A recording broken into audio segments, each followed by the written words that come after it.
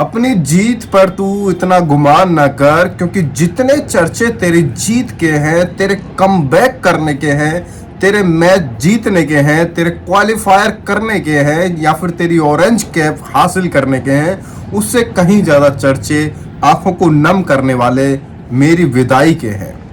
Well guys, आप सभी को बता दूं भाई, आरसीबी बनाम सीएसके के मैच में कुछ कहानी विराट कोहली और दूसरी तरफ यहाँ पे महेंद्र सिंह धोनी की तरफ से निकल के आई, और जिसमें मैं बताऊं तो भाई इस मैच के बाद दोनों में से किसी ना किसी बंदे के आंखों से आंसू छलकने वाले थे। और यहाँ पे मैं अगर साफ तौर पे बताऊं तो भाई विराट कोहली की आंखों से भी छलकने की उम्मीद पूरी थी, क्योंकि ये मुकाबला लास्ट ओवर तक गया था, और जिसमें अगर गाइस मैं बताऊं तो विराट कोहली काफी खुश है, उनकी आंखों से भी आंसू छलके हैं, पर लेकिन वो खुशी के आंसू है। और दूसरी तरफ विराट कोहली के साथ साथ दूसरी तरफ महेंद्र सिंह धोनी के साथ साथ ऑडियंस, जितना पूरा क्राउड जिस हिसाब से भावुक हुआ, जिस हिसाब से महेंद्र सिंह धोनी की आंखें नम हुई, उसके बाद साफ साफ जाहिर होता है कि इस हार का, इस लास्ट मैच का, चिन्ना स्वामी में जो लास्ट मुकाबला खेला गया है, जो चिन्ना स्वामी में जो लास्ट मुकाबला खेला जाने की जो संभावना थी, अपनी रिटायरमेंट लेने की थी महेंद्र सिंह धोनी के साथ, वो पूरी नहीं हो पाई है। वेल गाइस, महेंद्र सिंह धोनी ने बहुत तगड़ा आईपीएल खेला, और इस टाइम पे भाई 42 साल की उम्र में इस बंदे ने वो कारनामा कर करके दिखाया है जिसके लिए वो जाना जाता है, और जिसके लिए इस बंदे ने बिल्कुल प्राउड ऑफ फील करा के दिया कि मैं 42 साल की एज में भले ही हूँ, पर लेकिन मेरी मेहनत और मशक्कत एकदम बिल्कुल सटीक एक नए लौंडे की तरह है। इस बंदे ने लगातार 5 से 6 मुकाबले हुए जिसमें आउट भी नहीं हुआ, और इसका स्ट्राइक रेट 300 से 400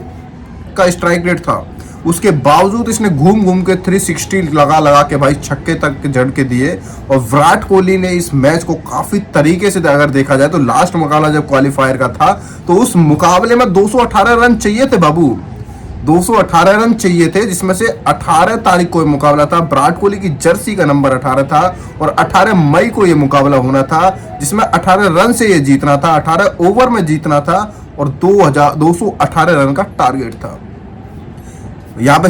चेन्नई सुपर किंग्स ने जिस हिसाब से शुरुआत की, और उसके बाद अगर मैं बताऊं तो भाई शार्दुल ठाकुर और शिवम दुबे के ऊपर ज्यादा यहाँ पे जाता है बात की भाई इन दोनों प्लेयर्स की वजह से आप हारे हो। पर लेकिन आपको मैं बता दूं कि भाई यहाँ पे काफी कुछ हुआ इस मैच के अंदर। पूरा एकदम देखा जाए तो चेन्नई सुपर किंग्स और आरसीबी के बीच में एक बिल्कुल पूरी तरह से जलवा जलार्दन था, और एब्सोल्यूट सिनेमा आपको देखने को मिलेगा होगा। इट वाज अमेजिंग यार, मतलब इस मैच के अंदर वो सब कुछ था जो एक फाइनल मैच के अंदर होता है, और ये मैच किसी फाइनल से कम नहीं था, जिसमें देखा जाए तो सभी टीमों में और सभी प्लेयर्स का बोलबाला एकदम बिल्कुल ओमान पे था। और इस मैच के अंदर बिल्कुल एब्सोल्यूट सिनेमा बिल्कुल सबको नजर आया।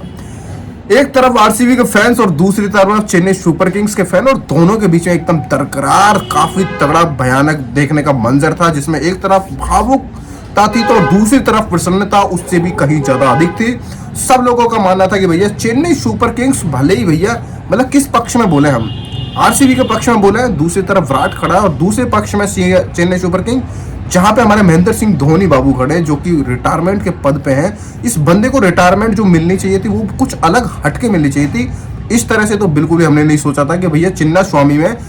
रिटायरमेंट मिलेगी, पर लेकिन हमने सोचा नहीं था कि इस तरह से मिलेगी।